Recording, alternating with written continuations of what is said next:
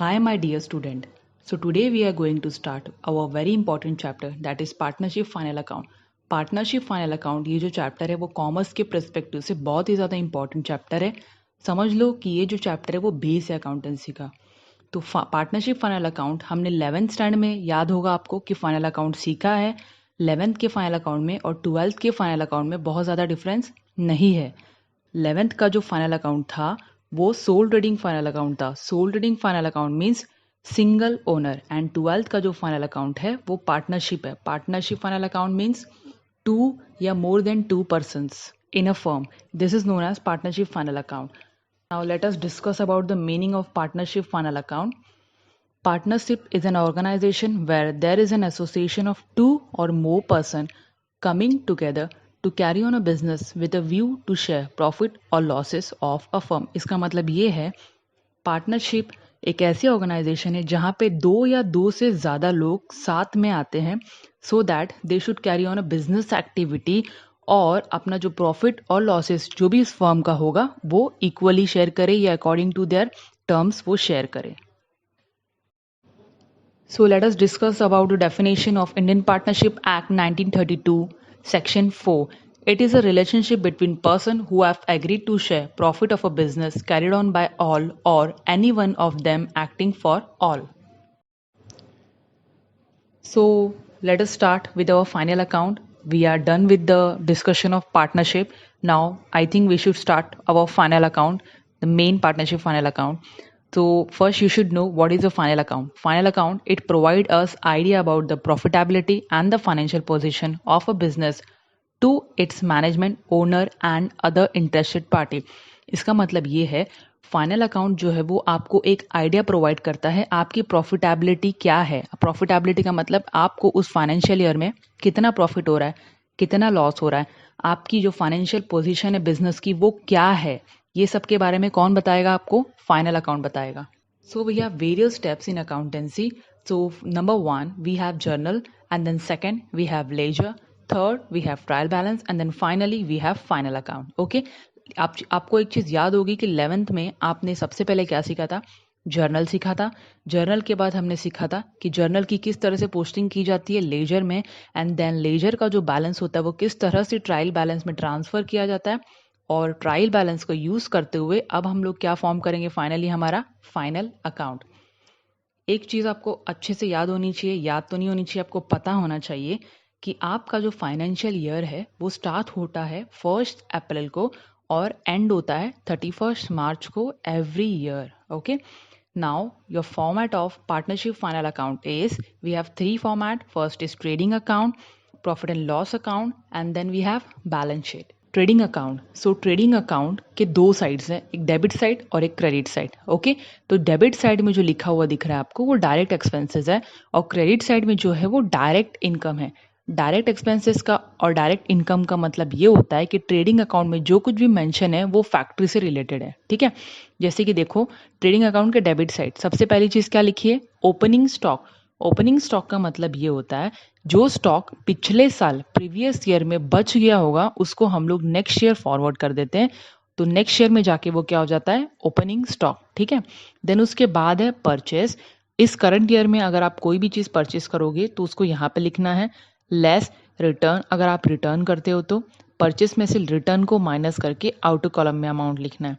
Then आएगा carriage inward, freight, custom duty, wages, manufacturing wages, productive wages, import duty, coal, gas, water, royalty, packing charges, factory से related lighting, heating, rent, rate, insurance, ये सारी factory से related expenses या goods से related expenses trading में लिखना है हम लोगों को।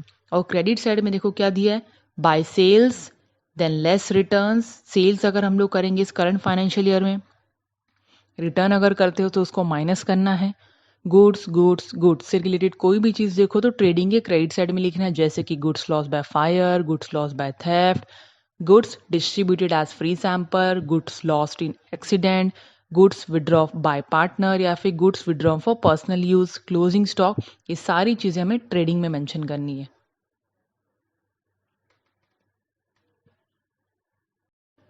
So next we have profit and loss account. See, debit all expenses and losses, credit all income and gains.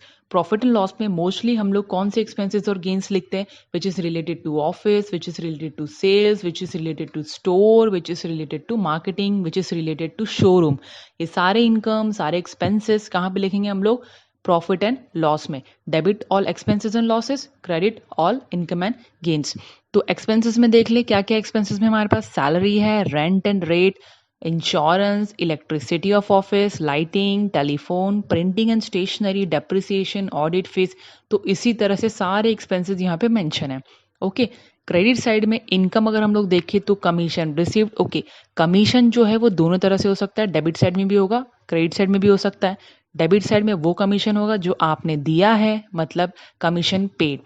Credit side में वो कमीशन होगा जो आपने रिसीव किया है. दो डिस्काउंट होंगे अगेन यहाँ पे, डेबिट में भी होगा डिस्काउंट, क्रेडिट में भी डिस्काउंट होगा.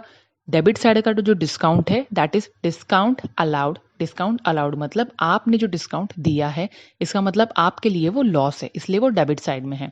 और जो क्रेडिट साइड वाला डिस्काउंट है वो डिस्काउंट रिसीव्ड है, इसका मतलब वो डिस्काउंट आपको रिसीव हुआ है. आपको रिसीव हुआ है मतलब आपको मिला है, इसलिए वो क्रेडिट साइड में है, इनकम एंड गेन्स की तरह.